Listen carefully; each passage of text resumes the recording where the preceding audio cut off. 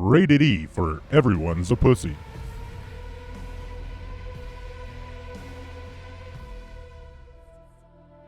So we have some exciting things to talk about, things we've been working on in the past. We have coming up a quick look back to Chapter 3, kind of a recap. Bugs. We will be talking about what's coming next in the update 1.4. Trash. And we will talk about the Waters DLC as well, that will also be delivered with 1.4. Scam. And we also have a Q&A at the end Waste of time. of the stream. Let's take a quick look back at what Chapter 3 brought to the table for Dune Awakening. Welcome to Chapter 3, the biggest update to Dune Awakening yet. Chapter 3 ruins the game from the ground up. Take on the same repeating land grab missions over and over until you finally want to swallow a shit barrel. Don't worry that your base in Haga got raided. We're gonna make it up to you by giving you 35 new dailies. Be on the lookout for these 10 awesome brand new overworld locations. 5 brand new dungeons that allow 15 different locations to mesh out of each one. Our goal with these dungeons was to make sure you fill your red bar before you finally get the pool you're trying to get. But wait, none of this is even an issue because a level 100 crafter can dupe all the blueprints. We really wanted to make group play in Chapter 3 impossible, and we heard you loud and clear. We lowered the boss HP. We're pleased to announce that we spent a lot of time and development power into a PvE only arena. If this isn't enough to get you excited for Chapter 3, maybe duping your Solari in the trillions is. Broken augments, broken specializations, broken weapons and armor, zero balance, zero in-game. This is Dune Awakening Chapter 3. I've been obviously busy, hard at work on Chapter 3 and What? 4. We're talking about 1.4 we're going to talk Bro, about what today. are you And talking about? my real toe shoes are in the wash because they had the stank. Hashtag who the fuck cares? My wife complains about it all the time. Really cool fancy It's slippers. my Japanese hotel slippers. Bro, on a serious note, and I'm not even joking, why are these devs so obsessed with each other's feet? Maybe. Oh, okay. On a fold. Take it out. I feel like Take this it is off a and HR put it on case a- waiting to happen. Any Okay. nipple interference? Or are we good? No? Nipple Okay. interference. We have been hard at work. Ruining Dune Awakening. Believe it, with some of the recent updates as well, since we updates we had since Chapter 3. How do you feel about this? Like, how did it go? Like, are you proud? Obviously, before the game launches, my job is partially to make a plan, right? And have a plan. Here's the roadmap. This is what we're working towards, right? These are the creative goals for the project. We knew that my original plan for Chapter 3 just had to be sort of thrown away. We can't deliver what was originally planned. I don't know if I'm supposed to talk about what was originally planned.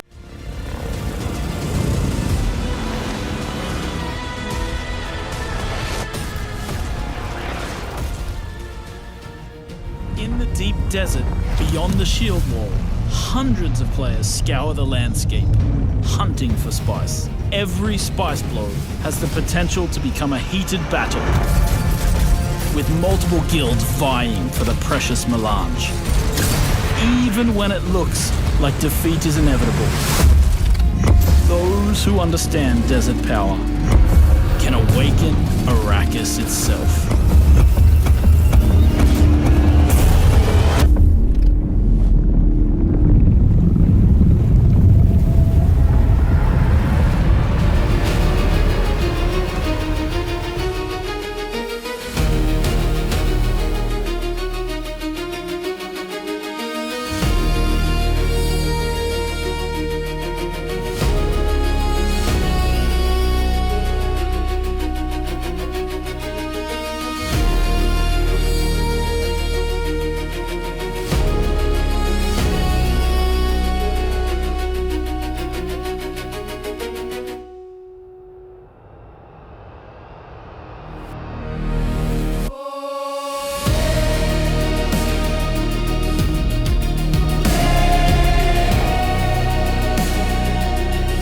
NPC, different factions. Sometimes the factions will fight, and so you can get caught in the crossfire.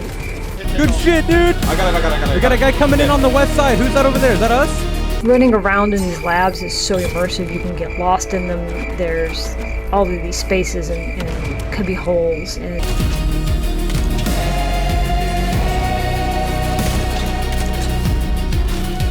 I spend a lot of time running in circles, stalling, waiting for my stuff to recharge.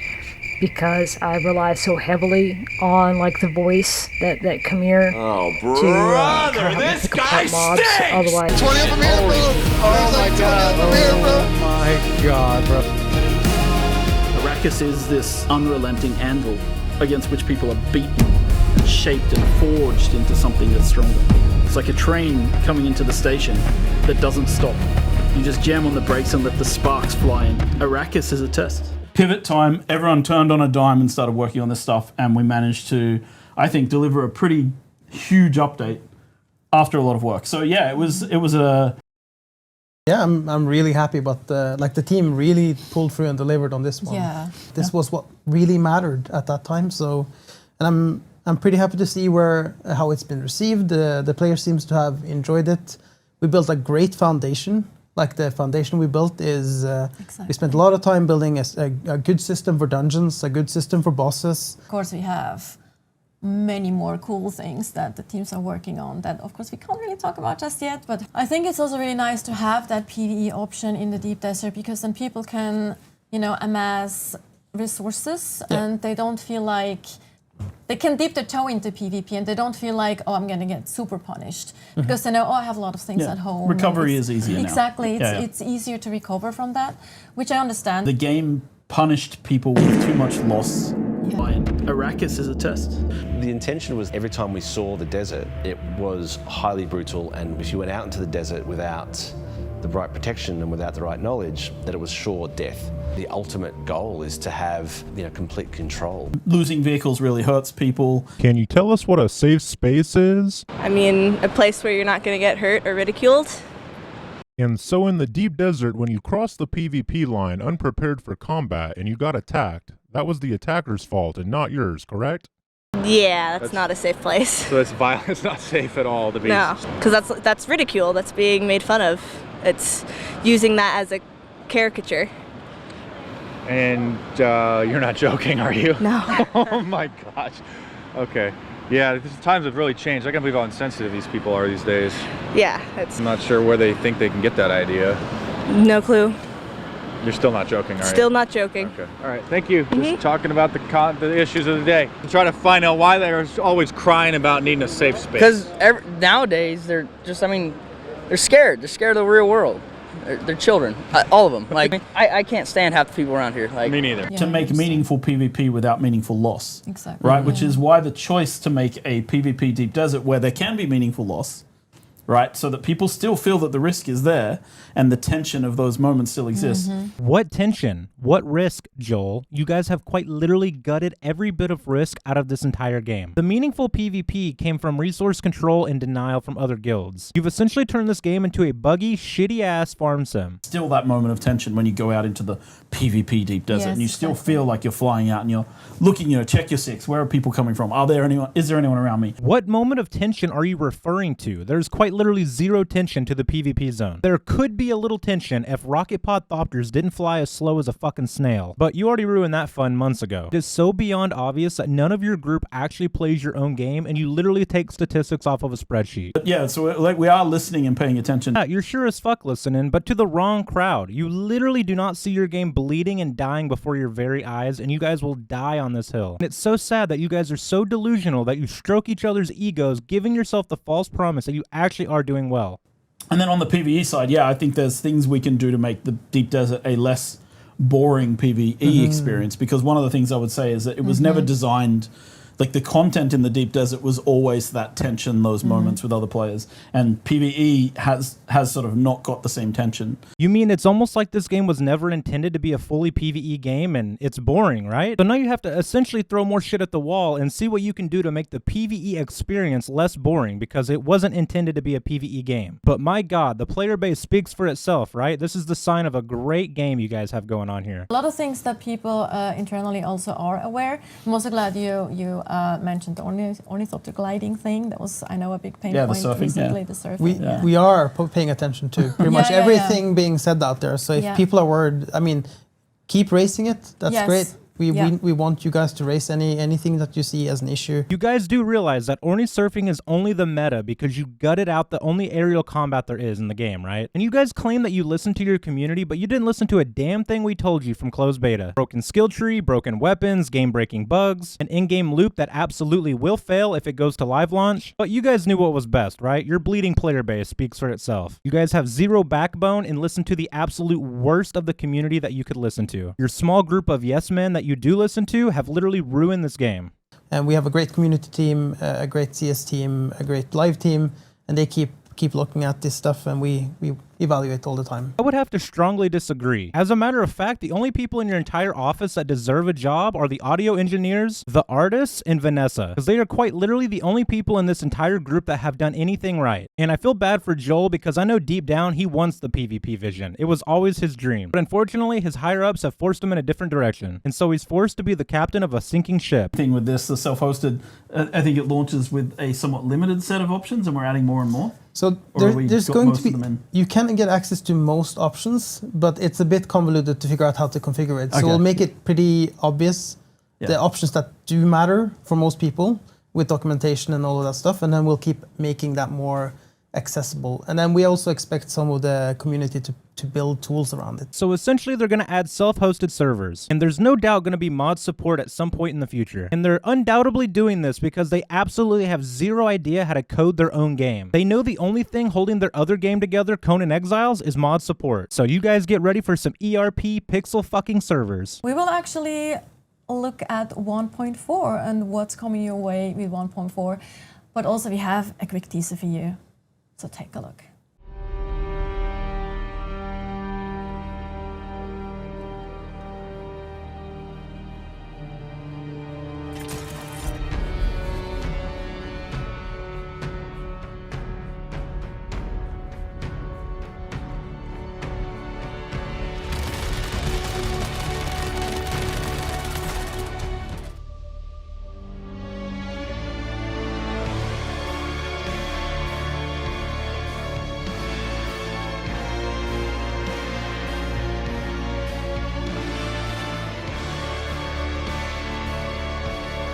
What? But you can't do this to me. You know how much I sacrificed? My disappointment is immeasurable.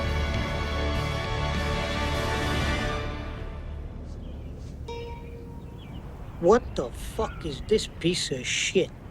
Elephant in the room, where exactly are these polar ice caps that they're referring to? The water shippers' families are at war, fighting for control of the polar ice caps of Arrakis. Am I missing something? Because there's literally no ice, and what war? Where exactly is the war in this DLC they're advertising? It's clear that Funcom are incompetent when it comes to their DLC. They're always riddled with bugs or false promises. With every passing update, they're pushing out PvP further and further, with future updates practically just being building sets, still suit variants, and different armor swatches. That's all you're gonna get. And a few more shitty dungeons that quite literally nobody liked, and a couple more hours of boring storyline. People say that the PvE is what is gonna save this game, but I mean, the numbers speak for themselves. The last 10 months have been nothing but PvE updates, and the game is slowly dying because of it. Whereas if they would have just doubled down with the PvP in the deep desert, this game would have been looking way better. There's a reason Rust has been maintaining and actually growing their player base over the last 10 years. They actually have competent devs with a backbone, and don't give in to the complaining pussies of the community. The fact that Funcom doesn't realize that they could have tapped into that player base is beyond insane to me. They could have easily just added more PvE content or ways to fix the PvE without ruining the entire PvP of the game. But again, this is Funcom, and they're obviously not the smartest. This is Hugo Mardolkar. I'm a third degree black belt in Taekwondo.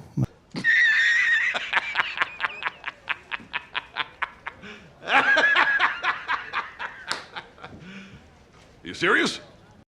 Let's watch the Dune Part 3 trailer before we go into our Q&A.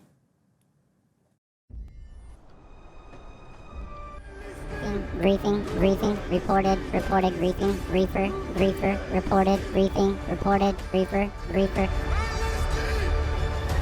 I'm not afraid. afraid to die. You might not be afraid to die, but 99% of Dune Awakening player base is, so we're just going to remove PvP altogether. Dune Awakening is the biggest embarrassment to the Dune franchise I have ever seen in my life. Minus the actual atmosphere of Dune Awakening, the game doesn't even come close to representing Frank Herbert's vision for Arrakis. The most dangerous planet in the universe? My ass. It's nothing but a bunch of snowflakes singing Kumbaya while they're circle jerking on a ring mouth. Because when I think of Dune, that's exactly what I think of. And it's so sad because that's genuinely the state of the game. And we're back with our Q&A with Ole Andreas and Joel, who is stroking a sandworm. Clue.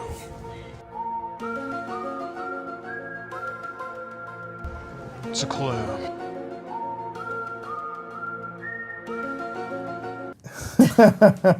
Stroke the sandworm. Yes, yes, yes. We collected some questions from the community. Can I ask, do you think any of the questions are going to mention PvP?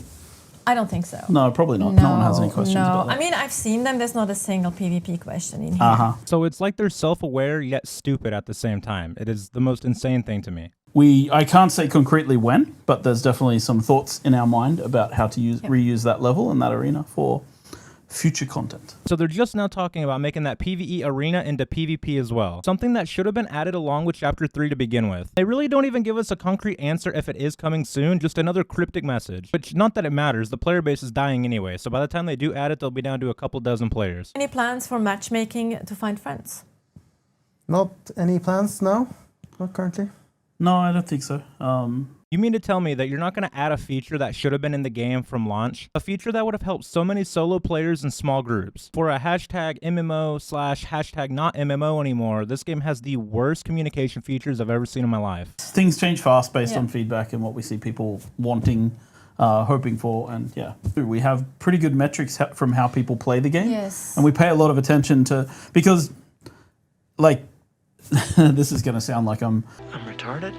It's important to mention that we're not just nilly-willy changing things. We're not just randomly changing things, yet you gutted the entire deep desert not even 2 weeks after your launch because of a lot of the Reddit post snowflake pussies. You guys claim that you go off statistics, but not even 7% of the people claim the deep desert achievement. So how are you going to completely gut the in-game and make a complete remodel to a game that's supposedly full launching when not even 93% of the people even made it to your in-game? Only a dev group full of retarded people could make such an insane change to a game. I'll be honest, the only statistics that I'm interested in Dune Awakening are how many bugs you guys have introduced to the game. Because at this point, I'm not even kidding, you've probably introduced more bugs than you have concurrent players. And speaking of concurrent players, you can probably stop sending out email blasts. It'd probably be easier just to DM the few people that are playing. I'll hand it to you, Funcom. It is truly impressive to lose 96% of your entire player base. For an IP as big as Dune, that is truly an accomplishment only Funcom could do. Because remember, you can't spell Funcom without F-U. And to the 4%